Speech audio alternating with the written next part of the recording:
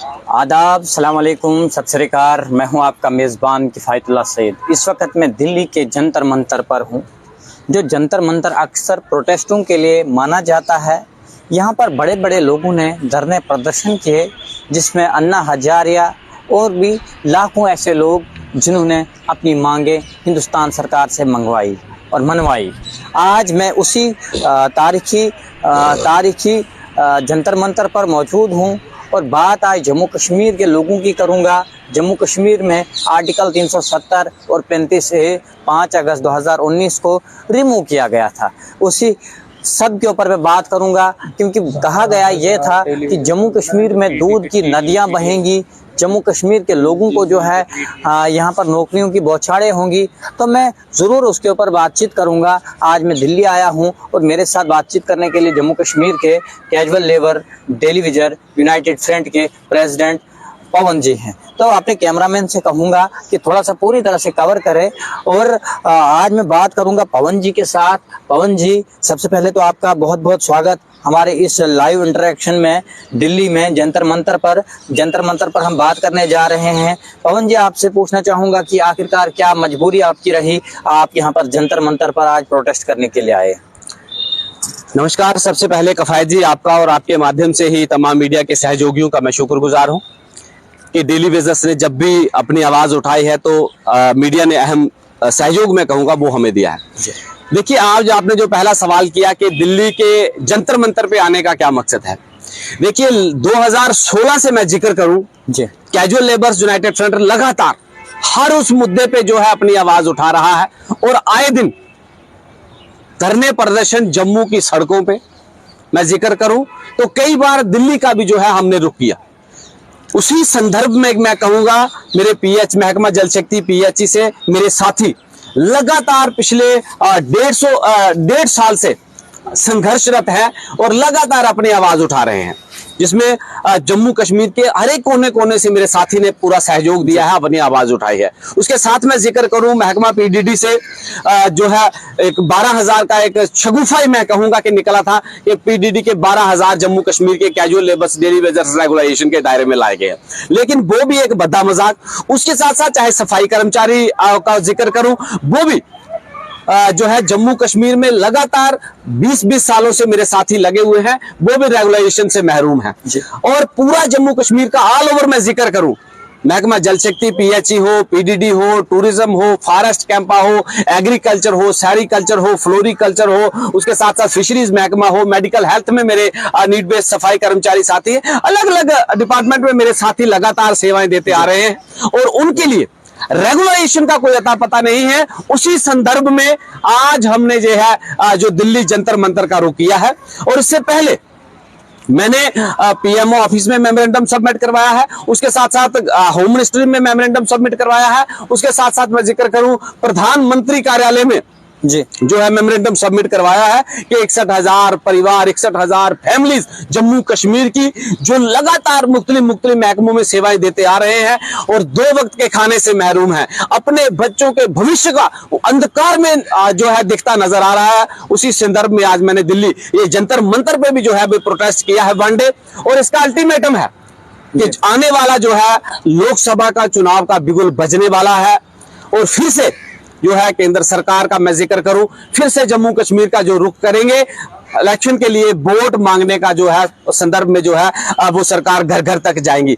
उसी अगर मैं बात करूं, आपने इलेक्शन की बात की, आपने बात की कि 61,000 परिवार जो है इस वक्त बड़े ही दुख से कहना पड़ रहा है कि उनका शोषण किया जा रहा है। पिछले 5 सालों से जो है उनको उनका दर्द नहीं समझा जा रहा है, उनका मसला हल नहीं किया जा रहा है। तो आगे जो है इलेक्शन भी आने वाले हैं, शायद कुछ ही टाइम में बिगुल भी इलेक्शन का बजेगा। तो क्या लगता है आपको, एक तरफ से सरकार जो इस वक्त रूलिंग पार्टी है इंडिया की, वो ये कह रही है कि हम जम्मू कश्मीर में जो है बहुमत से जो है सरकार बनाएंगे, तो क्या लगता है कि बीजेपी को यहाँ किसी भी पार्टी को जो है जम्मू कश्मीर में डेली विजर जवाब देने में जो है जवाब देने के लिए तैयार है?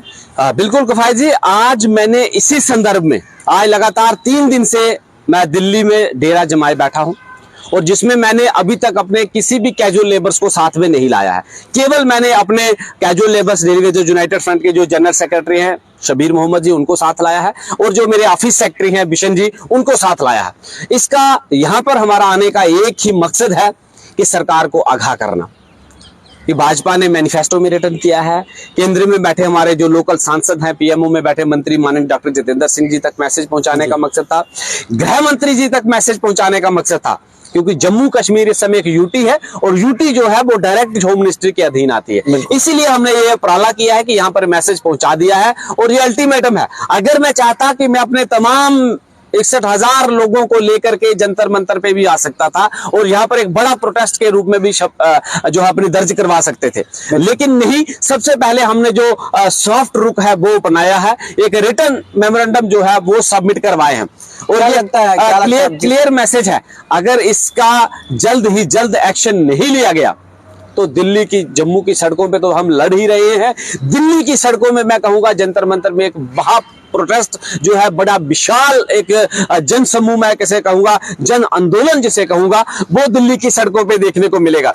और मैं ये भी साथ में क्लियर कर, क्या लगता है आपको कि कुछ साल पहले आपने जो है पीएमओ मंत्री डॉक्टर जितेंद्र सिंह को जो है एक मेमोरेंडम सौंपा था, लोगों ने उस मेमोरेंडम को देखा था, डॉक्टर जितेंद्र सिंह अपने ऑफिशियल जो उनका ट्विटर हैंडल है उसके ऊपर जिक्र करते हैं कि जम्मू कश्मीर के कैजुअल लेबर ने मुझे एक मेमोरेंडम दिया और इनका मसला जो है बहुत जल्द हल करने की कोशिश करेंगे, और उसके बाद भी जो है डॉक्टर जितेंद्र सिंह ने उस मेमोरेंडम को कहीं रखा नहीं, उस चीज को जो है खत्म कर दिया।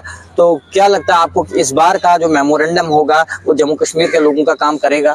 बिल्कुल, मैं कफायत जी इस बात का जरूर जिक्र करूंगा। डॉक्टर जितेंद्र सिंह जी जो पीएमओ मंत्री हैं, हमारे लोकल सांसद हैं, उन्होंने संसद भवन में भी इस मुद्दे को उठाया था और उस संदर्भ में मैंने उनका वेलकम किया था।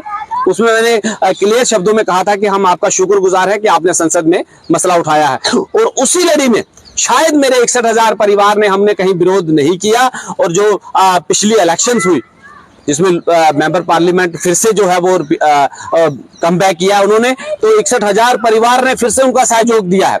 लेकिन इस बार अगर हमारा मसला हल नहीं होता है, आश्वासन से पेट नहीं भरता है, ये क्लियर मैसेज है कि जब तक अन्न नहीं पेट में जाएगा तो भूख नहीं मिटेगी।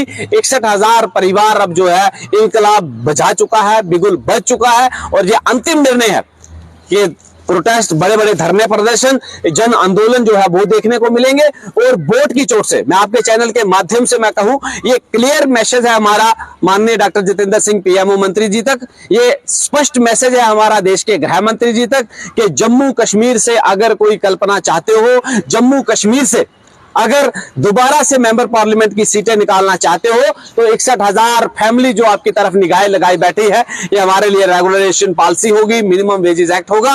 अगर ये कहीं कोताही बरती जाती है तो इस बार आश्वासन नहीं चलेंगे। ये क्लियर मैसेज है कि भाजपा को कड़ी टक्कर जो है ये 61,000 कैजुअल लेबर्स डेली वेजेस की तरफ से देखने को मिलेगी।